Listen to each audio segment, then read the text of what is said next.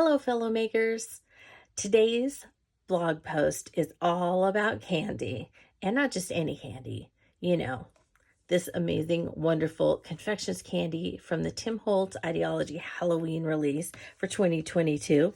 This is one of the projects that I made for the release live, and it is an over-the-top kind of candy store that the backstory is there was an old casket company that was in business, and they had, many samples to sell their wares, and they went out of business, and a young kind of hip couple purchased the candy casket and purchased the casket company and decided to turn it into a candy store that they named the Candy Casket. And so that was kind of my backstory for this piece. Admittedly, so I want to be upfront about this and let you know that I wanted this to be over-the-top candy, especially because I am so in love with these tiny candy corns that are part of this year's release. Absolutely love them. So as soon as I could, I put in an order for lots of extra candy corn from one of the retailers that I use. And so if you are going to make one that has a lot of candy in it, you are going to want to probably at least 2 packages of the confections, 2 packages of the bubbles to get all of the same size. If you don't care if they're the same size, you can get away with 1. I wanted mine to all be the same size. And then I used probably about 2.5 packages of the candy corn. So just letting you know, you can get away with 1 each if you want, but I wanted to be upfront about that because I wanted this to just be an explosion of candy, and especially an explosion of those adorable candy corns because they are so cute. All right, so, and one last thing, it does light up, but on camera, that purple is usually a little garish, and so I wasn't going to keep it on while I talked. But this is just the quick intro. I wanted to just remind you of how this piece ended up before I start with where it began with my ideas and, as I worked through it to finally end up with this completed piece. So let's go ahead and get started on our journey to building the candy casket. Because I'm in the middle of the Halloween making frenzy, I haven't cleaned up from the last project, but I wanted to give you an idea of where I'm going with this next project. And so I think I'm going to call it either the Candy Coffin or the Candy Crypt. I haven't decided yet, but this great new kind of coffin-shaped vignette from Tim's Halloween release is going to be the base of it. I'm going to add some probably spider web, but maybe bat, which is usually the other side. There's bats in there. I'm going to add 3 shelves. Well, actually 2 shelves because there will be 1, 2, 3. So 2 shelves. And then I think I'm going to light the sign up here, and I'll cut it out with alphanumeric letters so that I can put vellum behind it and then the tiny lights behind it, and it'll shine up and say Candy Crypt. I thought this would be a good paper to put on the inside because doesn't it kind of look like tufted, like the tufted inside of a casket, kind of? So this is what I think I'm going to try and cover most of it with. I don't really have enough to get all the sides and the complete back, but I'll do what I can. I haven't decided what I'm covering the outside with yet. For the inside on the shelves, because it's the Candy Crypt. So I'm, of course, going to have this with these in it because that's just, you can't not, right? And then I'm going to have these spilling all over the shelf. So that will be one shelf. On another shelf, I will have the cauldron and bubbles that I'm going to color with alcohol inks. And then I'm going to sugar them with clear rock candy distress glitter so that they look like they're some sort of candy spilling out from the cauldron. So that'll be on the second shelf. And on the very bottom shelf, I'm going to use one of the new barrels. And because this is very deep, I don't want to waste all these amazing candy corns, because this is going to be what's going to have the candy corn in it. And so I don't want to, you know, waste these. So I'm going to put foam up to the top, and then I will put some glue on there, and then I'll just start dropping candy corns, and then more candy corns spilling out across the bottom of the thing here. So that's kind of where I'm going. Not a whole lot that I'm using, but I just thought that it would be kind of a fun take on a candy store. We'll see. I never quite know where I'm going to end up when I start these, but there you go. Candy Crypt, let's get going. Shape with the squares and the rectangles and the panels and the trays and all of that. You can measure and then cut your paper to fit, because this one is such an odd shape, kind of like the coffins and everything else. I usually take a piece of scrap paper and I will lay it on, and then I usually just hold it and I run my fingers around so that I can see where it goes, and then I will cut out along where my fingers made the indentation. So I will cut this inside one, and then I will use that to draw on the back of this. So I tried to do the same thing on the paper, and you can't see it well enough. And I really want to try and save as much as I can to do a little bit inside here. So this is how you make a template to cut the paper.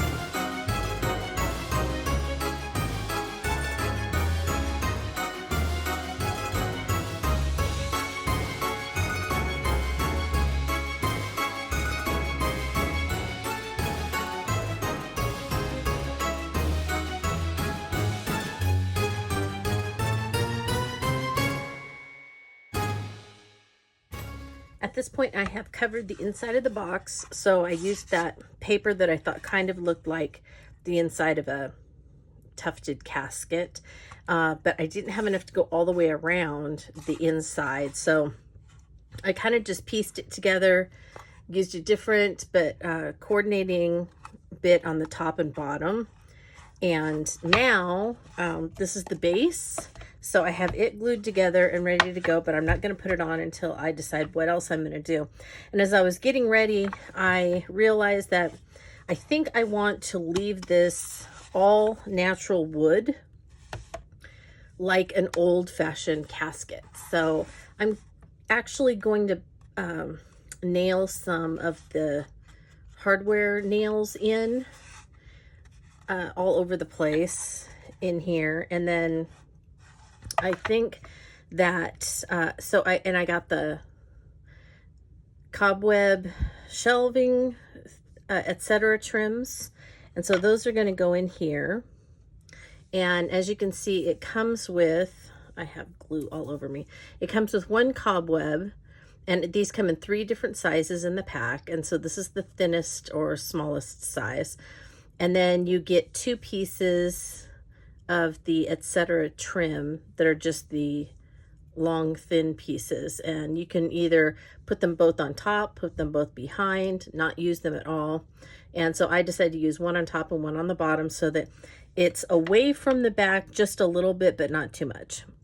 So I'm going to put these in here, and they don't go all the way across, and I kind of like that. For some reason, I decided I liked that.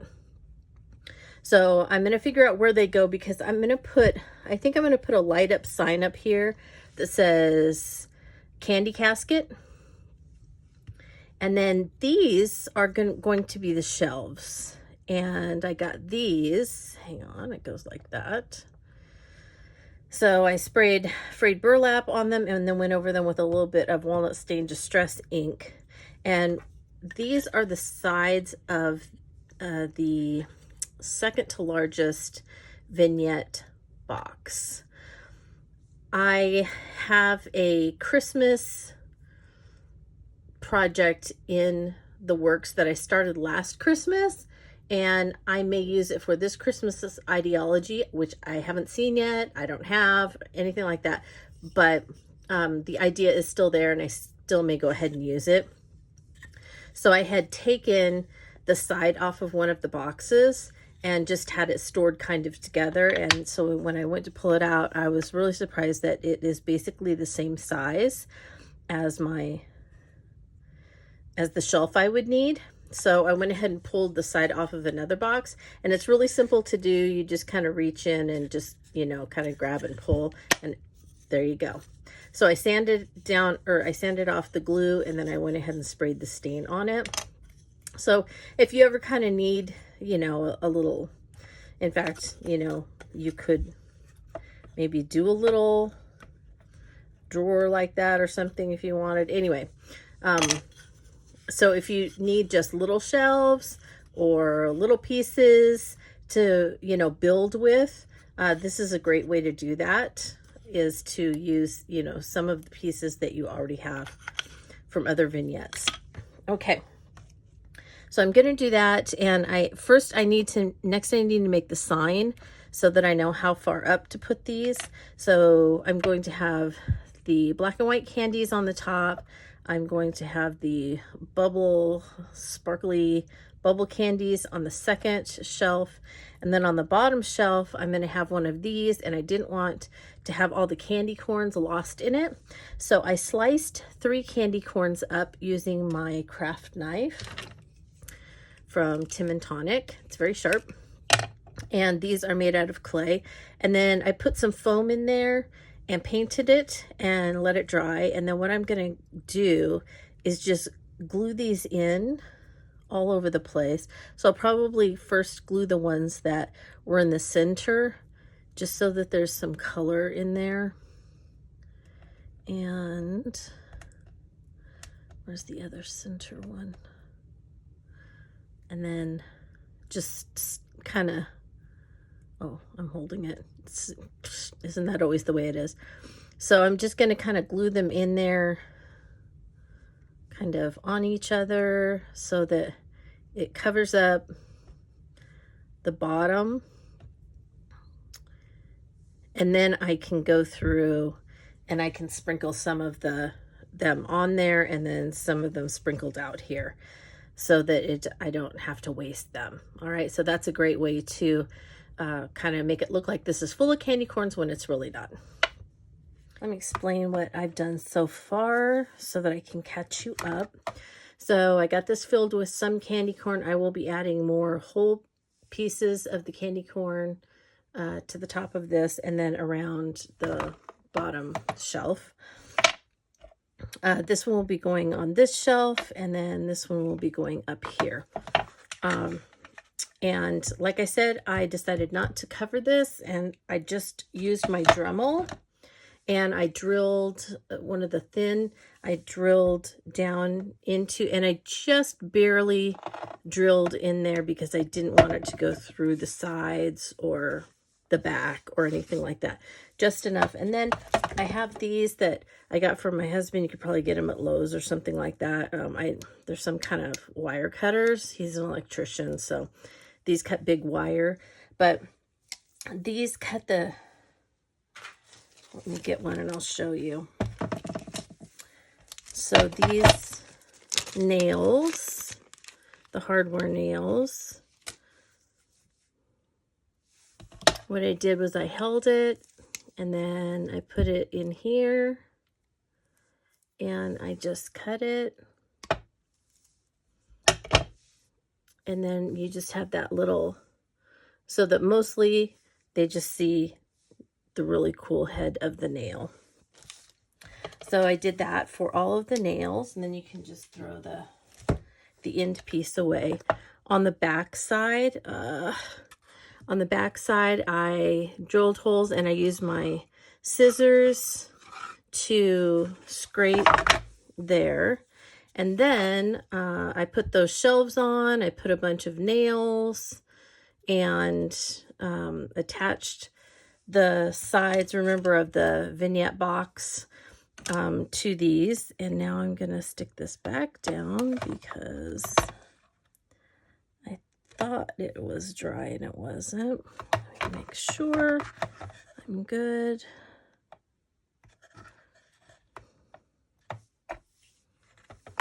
So, and then this is how I kind of determined where I wanted them.